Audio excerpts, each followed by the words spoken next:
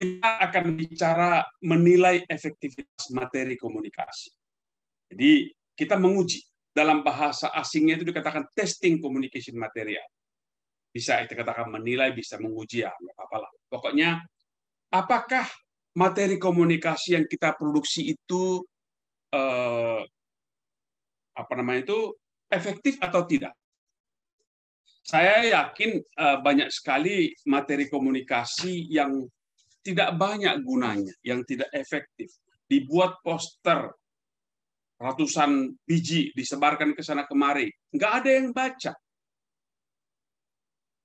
Saya nggak tahu di kampus IPB ada ribuan pengumuman, ada nggak yang baca itu? Di televisi ada banyak sekali iklan. Bagaimana efektivitasnya? Itu mau kita uji. Anda bisa saja membuat video, seperti Green TV, buat video ribuan juta, sudah miliaran habis untuk memproduksi itu. Apa sih hasilnya? Apa yang mau kita uji? Siang hari ini kita mencoba melihat apa yang namanya efektivitas. Punya efek nggak? Jadi namanya juga efektivitas ya. Kalau kita bicara efektivitas, maka kita bicara ada nggak efeknya? Ada nggak efeknya materi komunikasi yang kita produksi itu? Saya yakin Anda pasti tahu memproduksi materi komunikasi bukanlah persoalan mudah. Bukanlah persoalan yang murah. Anda memproduksi satu film misalnya, film di bioskop itu bisa biayanya sampai puluhan miliar. Dan ketika tidak ditonton orang, ya rugilah dia. Itu yang mau kita lihat sekarang. Bagaimana menilai materi komunikasi yang kita produksi itu efektif atau tidak. Oke, bagaimana ini yang mau kita bicarakan, antara lain, nanti kita lihat satu persatu. Baik. Banyak orang mengatakan bahwa sebenarnya pretesting itu, materi komunikasi itu harus diuji sebelum dikeluarkan. Jadi sebelum dia dipublikasikan, sebelum dia didistribusikan untuk umum, dia harus di-pretest, diuji. Saya nggak tahu apa ada di antara Anda yang hadir ketika halal bil halal FEMA minggu lalu. Ada kejadian yang lucu. FEMA baru saja memproduksi sebuah video tentang FEMA dan 3 departemen yang ada di bawahnya. Tentu saja karena kita berada di departemen SKPM, yang paling kita dengarkan dengan baik itu adalah keterangan tentang departemen SKPM. Dan apa yang kita lihat di sana banyak yang salah. Banyak yang salah narasinya dan tulisannya. Sehingga kita protes, banyak orang protes, dan kemudian orang minta maaf. Yang produksinya itu minta maaf. Kami akan perbaiki. Sebenarnya minggu lalu saya minta kepada panitia untuk memberikan materi itu kepada saya untuk saya putar di sini. Ternyata mereka nggak mau menunjukkan karena malulah barangkali. Ini menunjukkan betapa pentingnya materi komunikasi dites dulu, diuji dulu, dinilai dulu sebelum didistribusikan. Ada persoalan banyak cerita-cerita materi komunikasi yang diedarkan sebelum dites dan akibatnya rugi. 5 tahun lalu IPB bikin kartu nama. Kartu nama itu diproduksi oleh BNI. Bentuknya kartu nama, ID card. Bentuknya ID card. Isinya itu nama kita dan segala macam, dan itu adalah tap cash. Diedarkan ke semua orang, semua pegawai IPB dapat, dosen dan pegawai, namun kemudian ditarik. Karena mengapa? karena salah. Harusnya Institut Pertanian Bogor dibikin Institute, pakai E. Jadi kita nggak mau makainya, karena salah. Apalagi lebih menonjol lagi simbol BNI-nya ketimbang simbol IPB-nya. Itu adalah materi. Akhirnya materi itu disimpan, ditarik. Saya nggak mau menyerahkannya, saya masih punya itu. Dan itu mengakibatkan kerugian banyak sekali. Banyak sekali. Bayangkan segitu banyak tab cash yang dicetak, tapi kemudian tidak dipakai. Itu pentingnya pretesting. Jadi materi komunikasi perlu diuji, perlu dinilai sebelum materi tersebut didistribusikan dan diproduksi secara massal. Sebenarnya kalau bahan ini sudah sangat pretesting, sudah sangat lazim. Iklan pasti di pretesting dulu oleh perusahaan periklanan. Barangkali Anda pernah mendengar istilah FGD, Focus Group Discussion. Focus Group Discussion itu asal-muasalnya adalah forum untuk menilai apakah iklan bagus atau tidak. Namun untuk komunikasi pembangunan, sering sekali pretesting ini tidak dilakukan. Mengapa tidak dilakukan? Ini saya catat di situ 3 alasannya. Sering sekali hasil komunikasi pembangunan itu sulit diukur. Perubahan perilaku supaya mempunyai sikap positif itu susah diukur. Sedangkan kalau iklan gampang ukurnya. Cara mengukur iklan itu ya penjualan meningkat. Singkat sekali. Lain dengan kalau kita berbicara soal komunikasi pembangunan. Kalau kita katakan orang semakin berdaya, orang semakin pintar mengambil keputusan, dia merasa lebih puas dengan hidupnya, dia lebih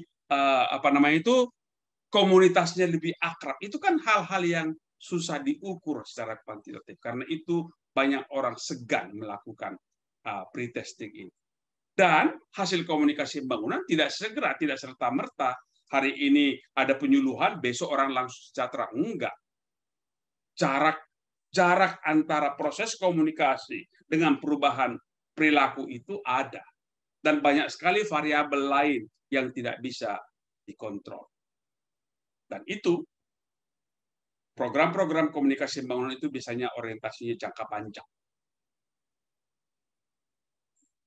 Bukan serta-merta. Itu alasan-alasan orang tidak melakukan pretesting. Tapi apakah itu benar? Ya enggak juga. Enggak boleh juga tidak dilakukan. Dengan alasan-alasan yang sudah saya utarakan di atas ini, ya memang harus dilakukan pretesting itu. Ini dia mengapa pretesting itu menjadi penting. Keterbatasan dana dari komunikasi pembangunan harusnya menjadi alasan mengapa komunikasi pembangunan harus ditesting, di-pretesting. Kalau tidak di-pretest, dananya menjadi mubazir. Dananya menjadi terbuang dengan cuma-cuma. Jadi karena dana yang terbatas, justru karena dana terbatas, maka dia harus di-pretest. Jangan karena dananya terbatas ya nggak ada untuk pretest. Nggak usah juga. Yang kedua, sebenarnya halayak komunikasi pembangunan itu lebih, dalam tanda petik saya katakan itu lebih sulit. Sehingga program komunikasi harus lebih baik. Kalau saya membuat program komunikasi untuk mahasiswa SKPM, mudah. Mahasiswa SKPM itu pendidikannya sudah bagus-bagus. Kecerdasannya tinggi-tinggi. Tapi kalau saya bikin komunikasi pembangunan untuk orang desa, pendidikannya barangkali tidak semuanya tinggi, pengalamannya berbeda-beda, dan pola pikirnya berbeda. Karena itulah seharusnya komunikasi pembangunan harus di-pretest. Banyak orang bikin buku nggak usah di-pretest karena audiensnya orang-orang intelektual. Karena kalau audiensnya orang intelektual ya gampang ngerti lah. Beda sekali dengan kalau itu adalah materi komunikasi untuk halayak yang lebih sulit ini. Jadi dia perlu dirancang dengan lebih baik. Yang ketiga, alasan yang ketiga adalah komunikasi bangunan itu tujuannya sangat mulia, yaitu kualitas hidup. Karena itu harus dirancang dengan baik. Salah sedikit bisa rusak di belakang. Bisa kacau hasilnya. Ini alasan-alasan mengapa materi komunikasi bangunan harus di-pretest.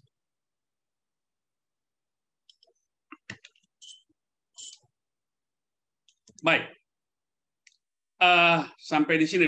Kalau ada komentar, saya sangat senang mendengarnya. Komentar saja, nggak usah pertanyaan juga. Kalau pertanyaan, monggo. Kalau komentar, boleh. Silakan. Sebelum saya masuk ke yang lebih teknis.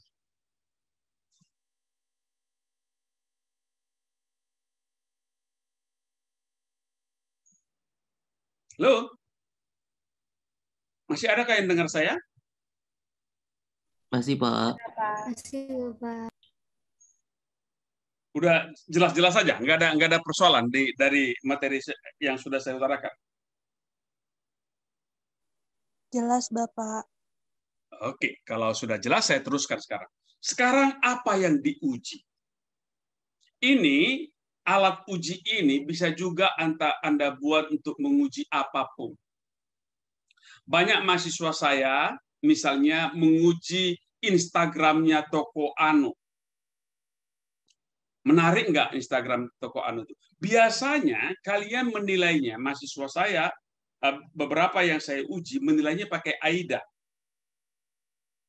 Attraction, ini apa itu? Interest, D, decision, sama AIDA, attraction, interest, decision, dan kemudian action. Tapi saya sering sekali mengkritik itu karena tidak begitu tepat kalau menurut saya. Nanti kita lihat tepat atau tidaknya.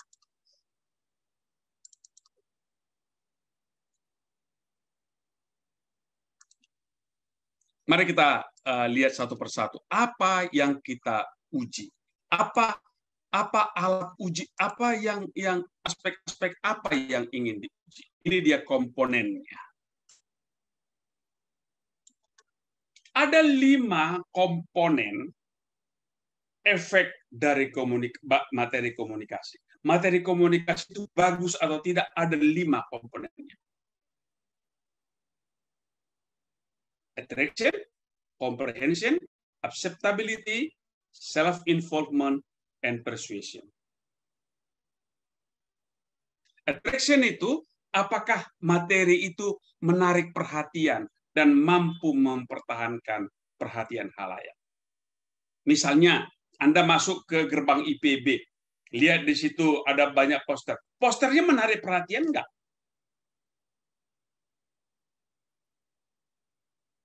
Anda membuka HP Anda dan Anda melihat berbagai hal di situ. Mana yang lebih menarik perhatian Anda?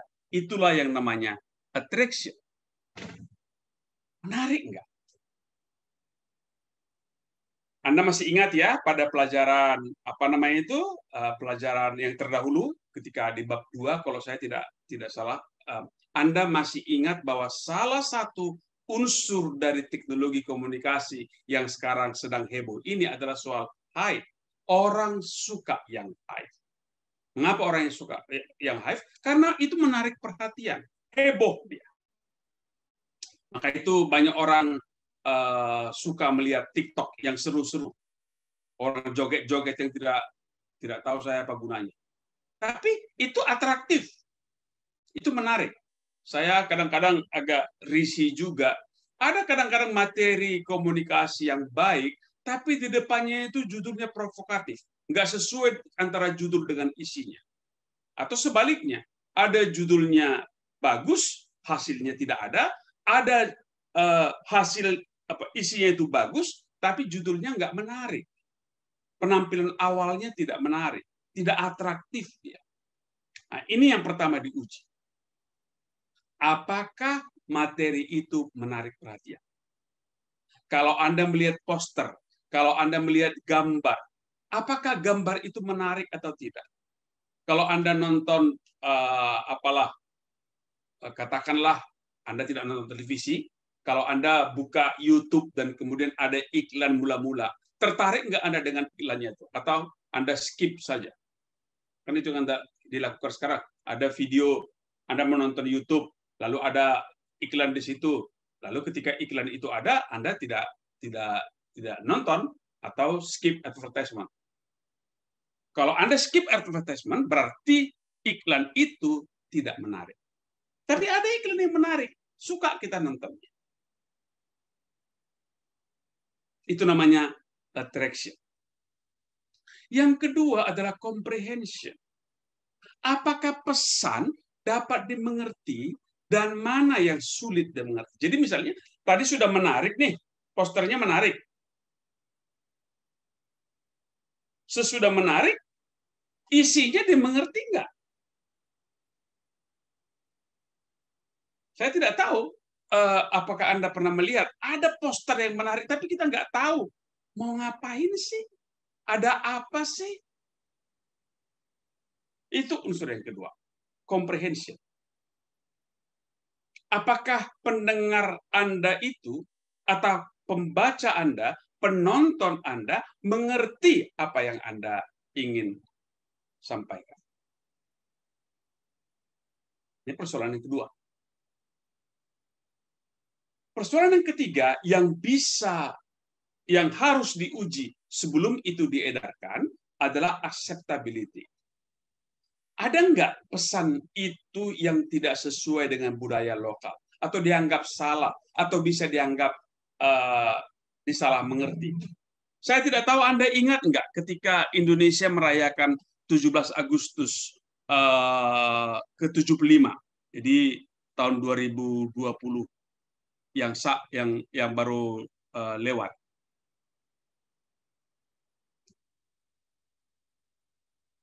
Tim kepresidenan, Sekretariat Negara mengatakan bahwa itu adalah sebuah hasil karya yang sangat bagus. Tapi banyak orang protes karena bentuknya kayak salib. Saya nggak tahu Anda mesti ingat itu atau tidak. Itu artinya ada orang yang tidak bisa mengaksept, tidak bisa menerima simbol itu. Karena ada yang bisa disalahartikan. Sebenarnya nggak ada gambar salib di situ, cuman strip-stripnya itu jadi kesannya kalau lama-lama dilihat kayak salib. Itu soal acceptability. Seandainya itu diuji coba dulu pada banyak segmen masyarakat, itu pasti tidak akan terjadi. Komponen yang keempat adalah self-involvement. Self-involvement itu artinya apakah Anda sebagai pembaca, sebagai penonton, sebagai yang melihat, sebagai pendengar, merasa bahwa pesan itu ditujukan kepada saya. Self-involvement. Kalau misalnya ada iklan rokok gitu, lalu di bawah di iklan rokok, seberapa besar pun iklan rokok itu, seberapa menarik pun iklan rokok itu, saya akan menganggap bahwa iklan itu bukan untuk saya, karena saya bukan perokok.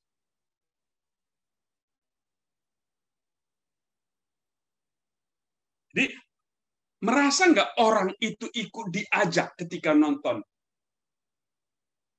Merasa nggak bahwa pesan itu untuk dia? Lalu, yang kelima adalah persuasion. Apakah pesan itu bisa meyakinkan masyarakat untuk melakukan perubahan perilaku? Cukup kuat nggak pesan itu untuk saya sehingga saya merubah perilaku saya? Saya nggak tahu proyek apa yang Anda buat selama untuk praktikum kita. Nilailah yang ini.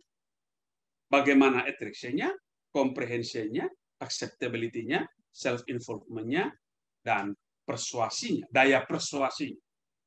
Daya tariknya, apakah itu pertama, apakah dia menarik atau tidak, apakah pesan-pesannya bisa diterima, bisa dimengerti, apakah tidak ada yang mengganggu budaya lokal, agama, mengganggu kebiasaan setempat. Yang keempat adalah apakah saya merasa dilibatkan? Apakah saya merasa bahwa untuk saya lah pesan itu? Dan yang kelima adalah apakah pesan itu cukup meyakinkan sehingga saya mau melakukan apa yang dikatakan oleh pesan itu. Nah, kalau ini saya ingin dengar komentar Anda. Apa komentar Anda terhadap 5 komponen yang dikatakan oleh Jane Bertrand ini? Nanti saya berikan bukunya. Namanya yang membuat buku ini namanya Jane Bertrand, dan buku ini bahan ini saya ambil dari dia. Saya ingin dapat komentar dari Anda karena ini saya pikir sedikit lebih ribet ketimbang yang biasanya. Silakan.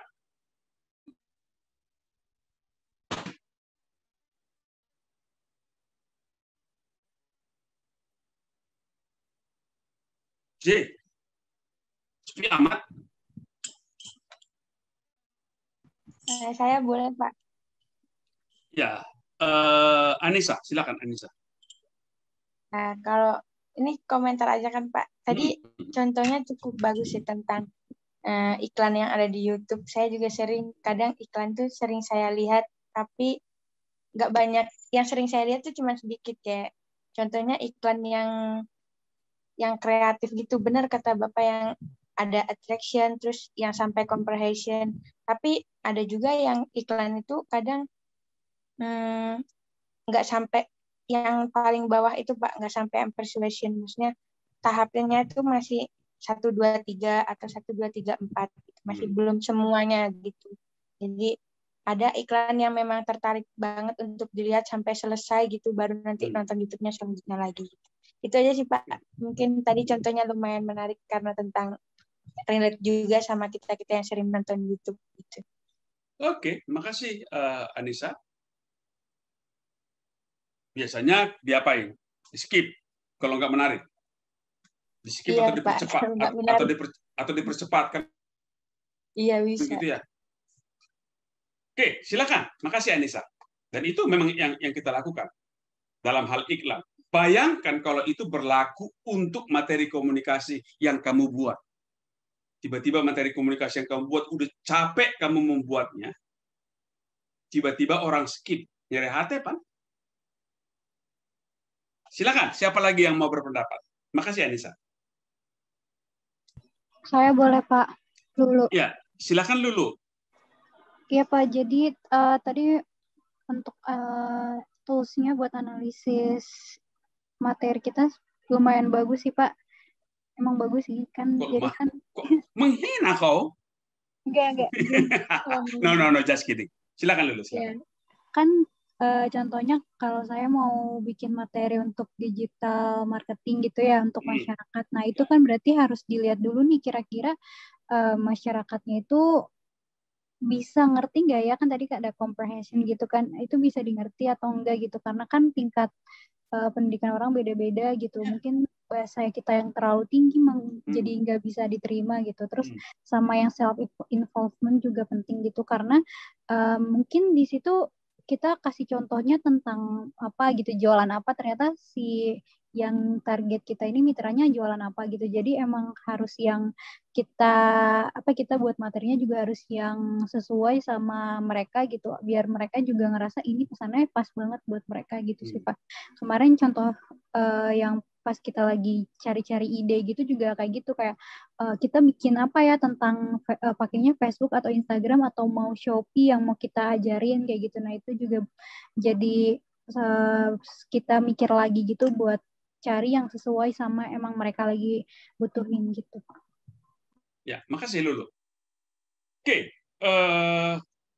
lagi-lagi pentingnya 5 komponen tadi itu. Masih ingat nggak AIDA? Attraction, interest, decision, dan terakhir adalah action. Masih ingat nggak itu? Apa bedanya dengan yang ada dengan yang diutarakan ini? Dengan Attraction, comprehension, acceptability, self development, dan persuasion. Apa bedanya kalau menurut Anda? Apa bedanya yang paling mendasar?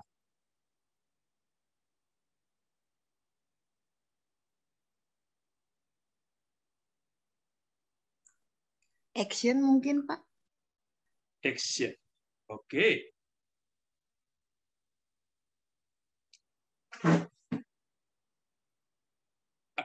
Ada lagi yang lebih mendasar, ya ada lagi pengertian yang Anda lihat.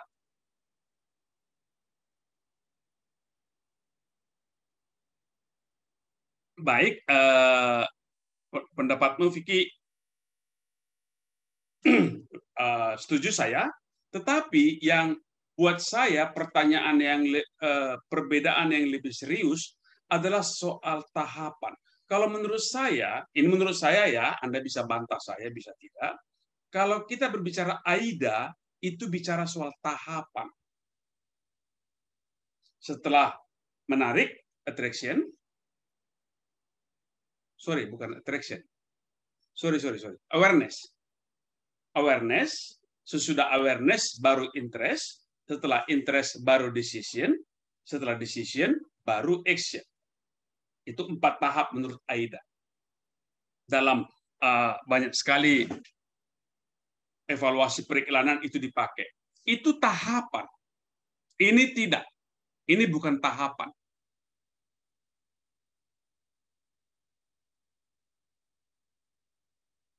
Yang saya sering protes pada mahasiswa kalau pakai AIDA adalah dia mengukur semua, mengukur awareness, mengukur interest, mengukur mengukur decision dan mengukur action. Dia ukur semua. Padahal menurut saya nggak bisa diukur semuanya.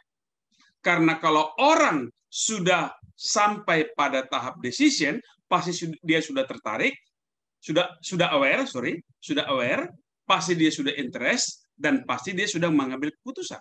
Sehingga kalau dia sudah sampai pada D, pada tahap decision, nggak perlu kalau seseorang sudah melakukan aksi, tidak perlu lagi kita meneliti decision, kita tidak perlu lagi meneliti awareness, dan tidak perlu lagi meneliti soal interest dia. Karena dia sudah melewati itu semua. Kalau yang kita bicarakan barusan tidak seperti itu. Sekali lagi saya mau tunjukkan.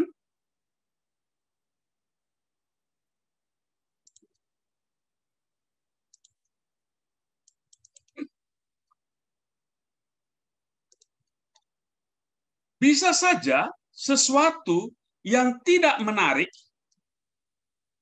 Jadi kalau si AIDA itu yang pertama kan awareness ya, di sini attraction. Bisa saja sesuatu yang tidak menarik, tetapi kita kuasai isinya. Diktat mata kuliah nggak menarik tuh. Tapi karena kita perlu membacanya, kita baca dan kita comprehend.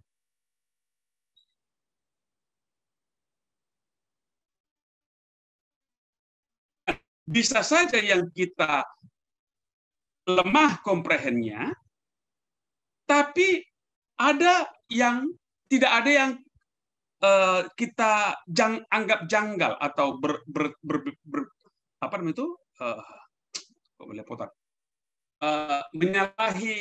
menyalahi adat atau agama atau budaya kita. Ada saja ini bagus, tapi kita anggap self-involvement-nya rendah. Seperti saya katakan tadi, iklan rokok di televisi. Yang di televisi ya, kan ada peraturan di Indonesia bahwa iklan rokok tidak boleh menunjukkan gambar rokoknya. Sehingga iklan rokok di Indonesia itu biasanya bagus-bagus sekali. Attraction-nya bagus. Komprehensinya nggak jelas. Ada orang dikejar-kejar harimau 2 ekor di hutan, lalu ternyata harimaunya adalah harimau dia peliharaannya. Ini pesannya apa ya? Kita pikir begitu. Kita tahu bahwa itu iklan rokok, setelah dibuntutnya dikatakan merokok dapat merusak kesehatan. Oh, iklan rokok toh. Jadi dia menarik, tapi comprehension-nya nggak ada. Acceptability, oke-oke saja. Ada orang yang maco di situ sedang memanah gitu, atau bawa bedil gitu, atau bawa kendaraan off-road gitu. Hebat. Tapi self-involvement-nya juga sangat rendah. Ini dia bagaimana 5 komponen efektivitas materi komunikasi yang menjadi menarik dan harus Anda uji untuk materi komunikasi yang Anda buat. Dan ini menurut saya sesuatu yang bisa dipakai untuk banyak hal. Sekali lagi, attraction, comprehension, acceptability, self-involvement, dan persuasion. Oke, saya teruskan. Kapan pengujian itu dilakukan? Itu pertanyaan penting. Kapan sih kita melakukan menguji materi komunikasi itu? Materi komunikasi bisa diuji dalam 4 tahap. Yang pertama, bisa kita uji dalam tahap konsep. Misalnya kalau Anda bikin video, tentu saja Anda bisa saja menguji video itu bagus atau tidak ketika masih tahap konsep, masih draft, masih senario. Senarionya yang diuji. Ini cocok nggak? Masuk akal nggak seperti ini? Cocok, menarik nggak ceritanya? Jadi kita mengujinya masih pada tahap konsep sebelum program itu diproduksi. Bisa juga ujian dilakukan pada produk setengah jadi. Misalnya kalau video belum jadi seluruhnya, belum diedit, belum diisi suara, masih dilihat gambar-gambarnya, bagus nggak gambar ini, bagus nggak gambar ini, itu produk setengah jadi. Atau poster yang belum belum dicetak, bisa dilakukan evaluasi. Atau bisa juga, ini sering juga dilakukan, kalau kita punya 2 versi, kita bisa membanding versi 2, mana yang lebih atraktif, mana yang lebih komprehensif, mana yang lebih gampang diterima, mana yang self-involvement-nya tinggi, mana yang soal acceptability-nya lebih tinggi, dan mana yang daya persuasinya lebih tinggi. Itu bisa kita uji, membanding 2 versi. Dan bisa juga, dan ini yang pasti akan banyak Anda lakukan ketika melakukan penelitian untuk skripsimu, adalah mengevaluasi produk akhirnya. Untuk mengevaluasi apakah bagaimana materi komunikasi itu secara keseluruhan. Misalnya apakah YouTube-nya si Anu bagus, atau apakah video produksi si Anu bagus, seperti saya katakan tadi, apakah video tentang FEMA yang ada sekarang itu bagus atau tidak, itu bisa dinilai. Jadi yang dinilai adalah produk akhirnya. Jadi ini yang bisa dilakukan. Pertanyaan berikutnya adalah siapa yang melakukan pengujian? Apakah saya sebagai produser, tim yang memproduksinya sendiri? Bisa saja. Tapi bisa juga menguji profesional. Ini kan kayak penelitian saja. Memang menguji materi komunikasi itu sama dengan penelitian. Bisa saja kita sendiri meneliti yang siapa produsernya, dan bisa juga meminta profesional, peneliti profesional untuk melakukan ujian itu. Jadi bisa saja seperti itu. Yang ketiga, siapa yang menjadi responden? Ini menjadi seru. Ini menjadi sangat penting. Siapa yang menjadi responden? Siapa yang menilainya? Siapa yang memberikan penilaian terhadap materi kita itu? Bisa saja yang menilai adalah dalam tanda petik teman sekantor. Teman sekantor artinya ya sesama yang produksinya lah. Seperti Anda, kelompok Anda lah yang menilai. Ada beberapa orang kali satu kelompok, kalian yang menilai ini bagus nggak idenya, menarik nggak, jelek amat, kan biasa seperti itu. Ada juga yang bisa menjadi responden yang menilai itu adalah ahli. Artinya, Anda meminta sekelompok ahli untuk menguji apakah materinya bagus atau tidak. Misalnya kalau untuk artikel yang akan dipublikasikan secara ilmiah, biasanya yang menjadi respondennya, yang menjadi penilainya adalah peer group-nya, orang-orang ahli itu. Tapi bisa juga yang menjadi penilai itu adalah halayaknya. Intended audience, siapa yang kita harapkan menjadi audience, siapa yang kita harapkan akan menjadi penerima akhir dari materi komunikasi itu yang kita jadikan menjadi respondennya. Jadi tergantung. Jadi dan ini siapa yang menjadi halayak ini itu pasti bersesuaian dengan apa yang mau kita ujikan.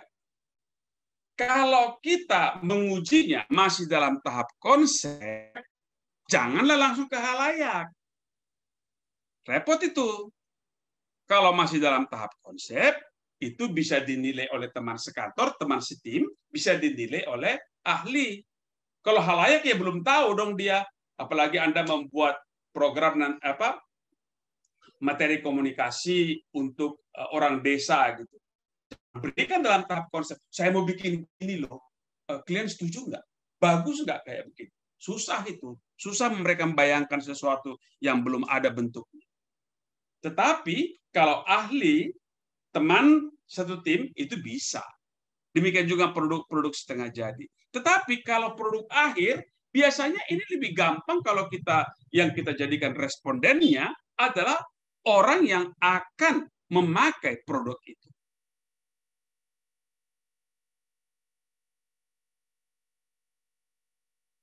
Jadi, misalnya kalau kita mau memproduksi sesuatu untuk petani, maka petanilah yang mengevaluasi. Kalau kita mau memproduksi sesuatu untuk ibu-ibu, ibu-ibulah yang akan menilai. Kalau kita mau memproduksi sesuatu untuk remaja, remajalah yang kita minta untuk menilainya. Seperti itu keadaannya. Jadi kita menilai sesuai dengan sesuai dengan siapa yang akan menjadi pengguna dari materi komunikasi.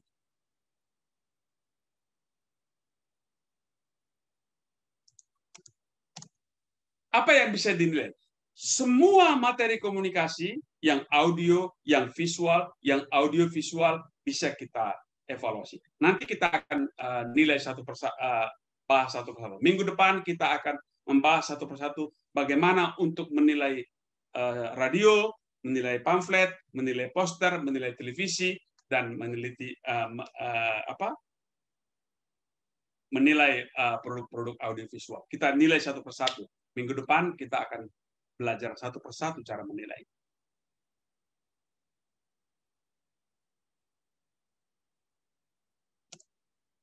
Ini yang penting. Bagaimana cara settingnya? Ini menjadi banyak sekali persoalan ketika Anda hendak menilai sebuah program komunikasi. Ini sering dialami oleh mahasiswa bimbingan saya. Misalnya kalau menilai siaran radio, siapa sih respondennya? Banyak sekali dalam banyak kejadian mahasiswa saya hendak meneliti efektivitas radio pertanian Ciawi. Siapa respondenmu? Bagaimana cara menemukan responden? Orang desa apa? Bagaimana kamu menemukan siapa penduduk desa A yang mendengarkan radio itu? Itu namanya setting. Jadi ada dua setting. Yang pertama yang kita katakan sebagai setting naturalistik. Bagaimana adanya, nggak ada rekayasa. Jadi, kalau saya katakan tidak ada rekayasa, maka materi diuji kepada halayak pada situasi yang rutin dan normal.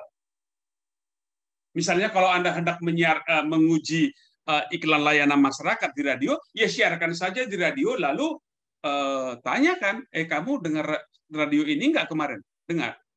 Iklan ini dengar nggak? Enggak. Berarti dia nggak jadi responden. Kamu dengarkan radio ini? Dengar. Dengarkan iklan ini? Dengar. Bagaimana? Atraktif nggak? Komprehen nggak? Baru diteruskan. Jadi, itu yang setting naturalistik. Materi diuji pada halayak, pada situasi yang rutin dan normal. Misalnya kalau iklan layanan masyarakat di radio, seperti saya katakan tadi, disiarkan saja, lalu dicari siapa yang menjadi pendengarnya. Sering juga dibuat orang testing untuk poster kampanye kesehatan. Poster itu ditempelkan di ruang tunggu rumah sakit, di ruang tunggu dokter. Lalu kemudian nanti setelah orang itu selesai berobat, ditanya, kamu lihat nggak tadi poster tentang ini? Oh lihat, menarik nggak? Lalu diuji yang 5 tadi. Kalau dia katakan tidak menarik, tidak lihat, ya udah nggak jadi responden. Itu yang setting naturalistik.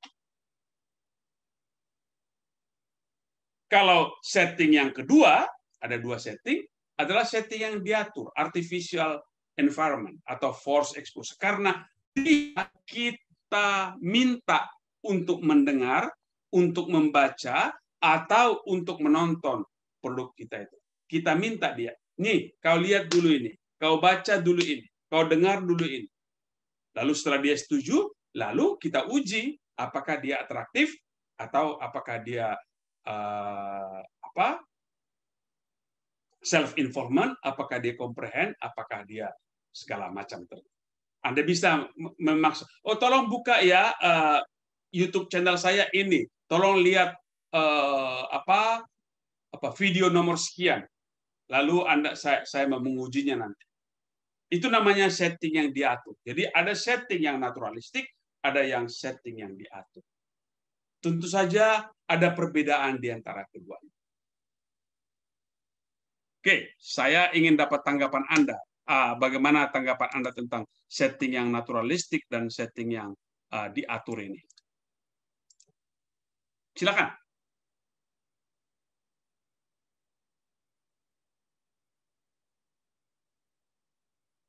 Wah, rupanya di tempat kalian juga panas sehingga kalian tidak banyak yang berbunyi siang ini.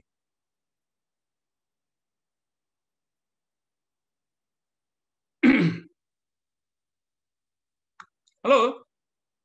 Nggak ada komentar?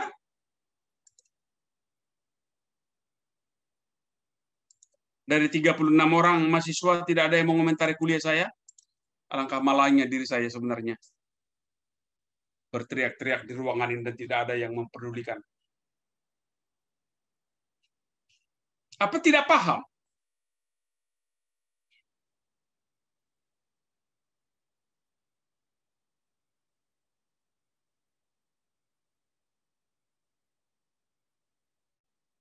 Ini tidak paham, tidak mengerti, atau tidak mendengarkan, atau sudah baguslah itu udah bikin kaulah di situ. Gimana nih tanggapan kalian sebenarnya? Ya? Mendengar, Pak.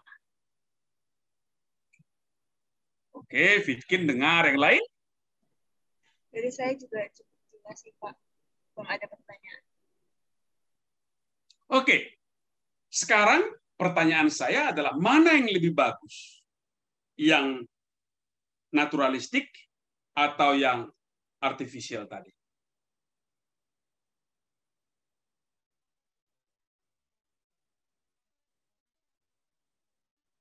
Mana yang lebih Anda cenderung akan lakukan?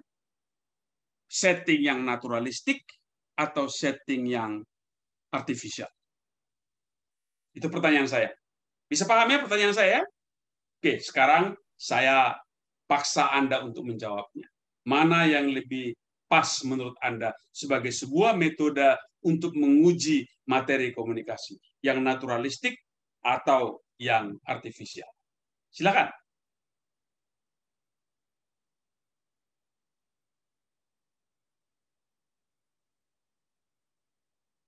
Kalau tidak ada yang berbicara, maka saya akan menunjuk bagaimana dia Ayu Lestari. Menurut Anda, mana yang lebih pas? Sebetulnya kalau menurut dia ya Pak, dua-duanya itu bisa digunakan sesuai dengan kebutuhan gitu. Kalau yang misalnya yang pertama, yang naturalistik itu kalau misalnya kita ingin mengujinya itu ingin mengujinya itu yang emang sudah sudah dikenal oleh halayak kayak gitu. Sedangkan kalau misalnya apa maksudmu dikenal? Jadi kayak iklan-iklan yang yang secara umum orang-orang tuh sudah pada tahu gitu Pak. Jadi sudah tidak asing di masyarakat kayak gitu. Jadi itu akan lebih menggambarkan gitu kalau misalnya menggunakan naturalistik gitu Pak. Oke, makasih dia. Jadi dua-duanya ada gunanya begitu ya. Yang sudah biasa itu pakai naturalistik, yang tidak biasa pakai yang artifisial. Ya Pak. Oke, yang lain, makasih. Terima kasih dia. Silakan, siapa lagi?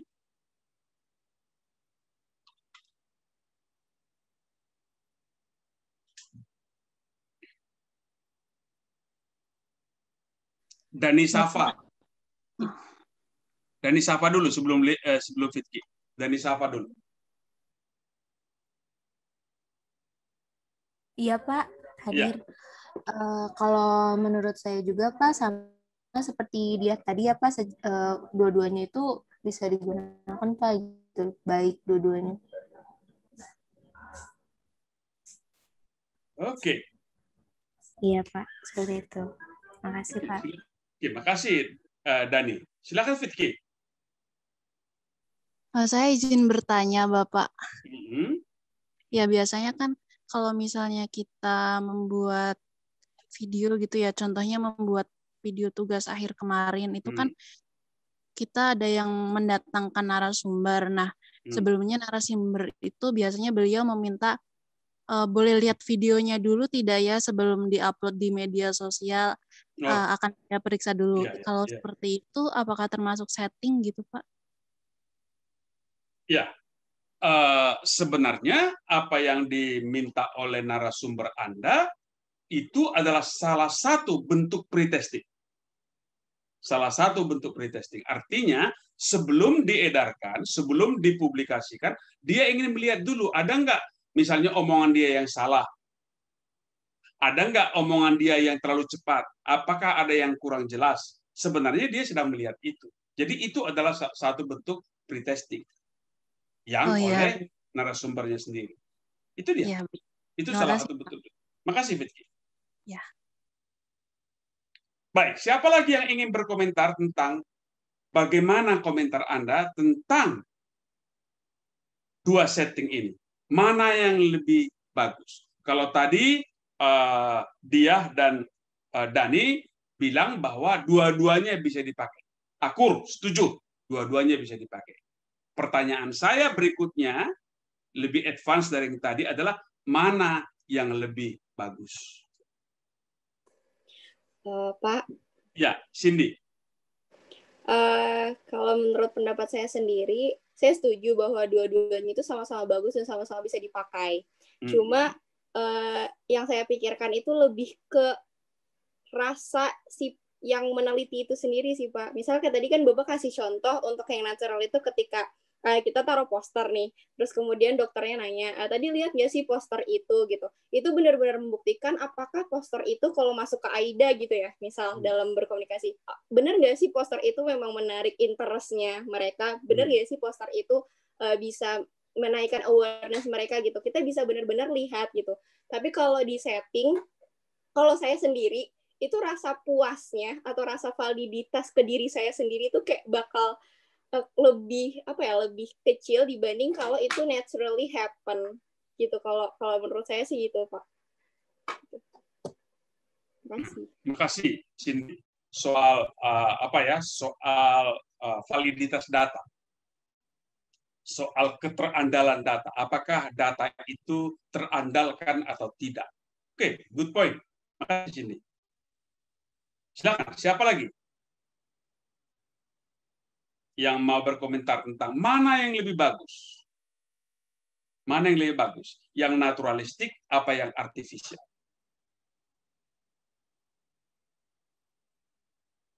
Silakan. Saya masih pengen dengar.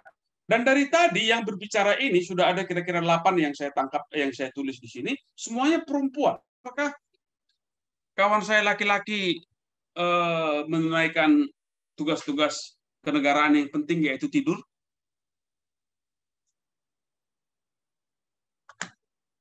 Silakan. Saya pengen dengar dari laki-laki.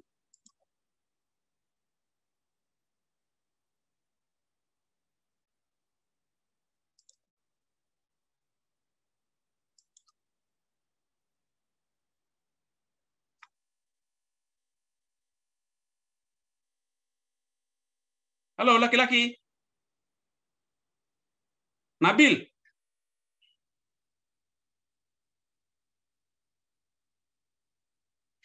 Udah tidur rupanya. Saya lihat siapa lagi laki-laki di sini. Selain Muhammad Nabil, rupanya tidur. Muhammad Ilham. Iya, Pak. Iya. Tidur.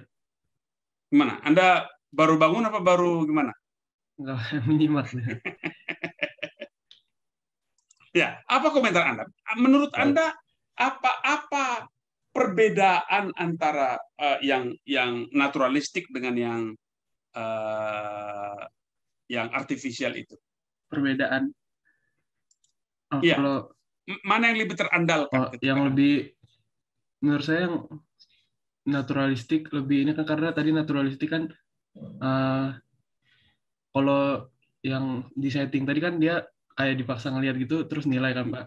Terus kalau naturalistik kayak dia emang tertarik lihat iklannya misalnya, terus dia lihat, terus dia ini lebih itu Pak, lebih kayak lebih apa? Berarti awareness-nya kayak apa yang pertama tadi, attraction-nya udah ini. Ya, oke, saya sepakat. Makasih Ilham. Oke, saya teruskan sedikit lagi dengan data yang tadi. Saya bisa katakan bahwa seperti inilah keadaannya.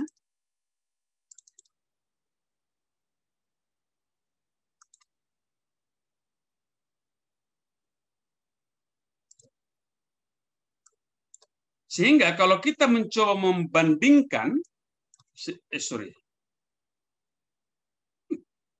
dalam setting yang diatur tadi, yang artifisial tadi itu, kita minta dia untuk mendengarkan ini.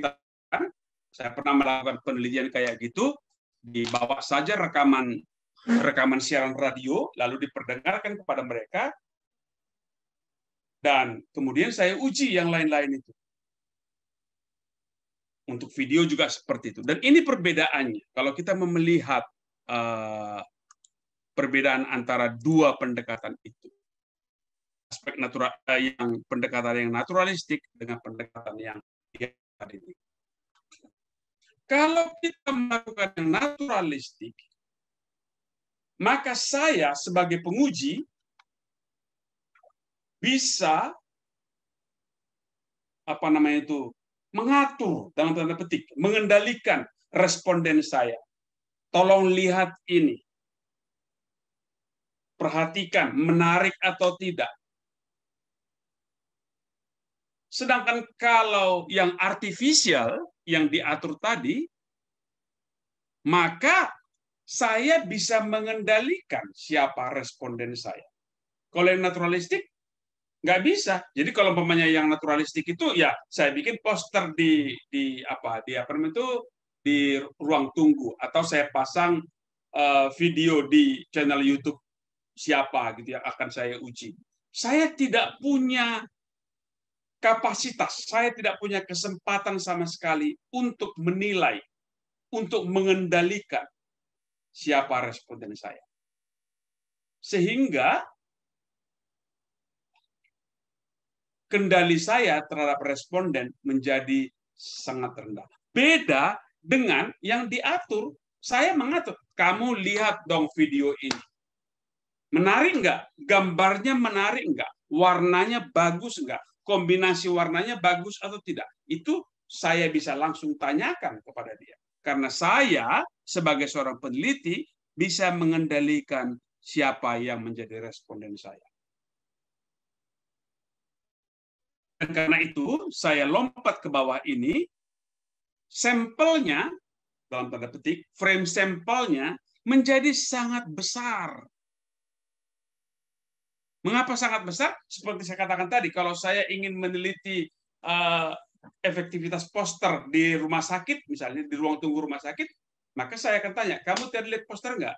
Enggak. Kamu lihat poster nggak? Enggak. Barangkali dari 50 yang saya wawancarai, cuma 3 yang melihat posternya. Jadi ada 50 frame sampel saya, cuma ada 3 yang menjadi sampel. Sedangkan kalau settingnya adalah diatur, 7 saya minta menonton, 7 sudah menjadi responden saya. Jadi upaya mencari sampel itu di sini menjadi rendah kalau saya pakai yang artificial atau yang diatur tadi itu. Bagaimana soal hasil? Saya setuju dengan Anda. Bahwa kalau kita pakai naturalistik, hasilnya itu lebih akurat. Mengapa? Ya kalau tidak dilihat poster Anda, berarti poster Anda nggak menarik, kan begitu? Kalau Anda pasang di YouTube dan tidak ada yang menonton, ya berarti program bahan Anda itu, materi Anda itu tidak menarik. Nggak usah ditanyakan itu. Sedangkan kalau kita pakai settingnya yang artificial atau yang diatur tadi itu, hasilnya ya begitulah. Anda, apalagi kan dia tahu ya mau diuji gitu. Kan settingnya kan seperti itu. Saya mau menguji ini. Silakan amati video saya. Silakan baca poster saya. Silakan dengarkan radio saya. Mereka tahu akan diuji. Karena tahu mau diuji ya belajar sama dengan Anda. Kalau umpamanya saya katakan besok akan diuji, pasti Anda perhatiannya pasti lebih kencang. Misalnya kalau saya katakan ini tolong ya tabel ini dipelajari dengan baik karena ini menjadi bahan ujian, pasti Anda memperhatikan tabel ini dengan lebih baik. Karena itu settingnya artifisial. Sehingga Anda memang menaruh perhatian kepada hal-hal itu. Hasilnya itu bisa menjadi kurang akurat. Kalau Anda udah capek bikinnya, lalu Anda ingin uji apakah atraktif atau tidak, lalu Anda uji kepada orangnya, atraktif atau tidak. Kalau saya bilang tidak atraktif, kasihan ini mbaknya, udah capek-capek membuatnya saya bikin nggak atraktif. Jadi hasilnya tidak akurat, kurang akurat lah dibanding dengan yang naturalistik ini. Kalau naturalis, kalau yang diatur, dia sudah tahu, dia perhatikan. Ini mau diuji nanti, mana yang mau saya jawab ya? Apa yang mau diuji ya kira-kira? Ini mau diuji. Karena ini mau diuji, saya baca bagus-bagus gitu. Sehingga hasilnya tidak natural. Jangan-jangan ketika bahan itu nanti sudah disiarkan dengan semestinya, orang tidak menonton juga. Sehingga konsekuensi dari situ, biayanya pasti lebih tinggi kalau yang naturalistik dibanding dengan yang diatur. Kalau yang diatur respondennya sudah ada dan sudah pasti ketemu. Kalau di sini respondennya banyak, cuman satu pertanyaan yang dijawab, atraksinya saja, menarik atau tidaknya saja yang didapat. Dari 500 orang yang menganggap menarik cuma 75 gitu. Itu dapat Anda bisa menyimpulkan bahwa poster Anda tidak menarik untuk 425 orang. Itu dia.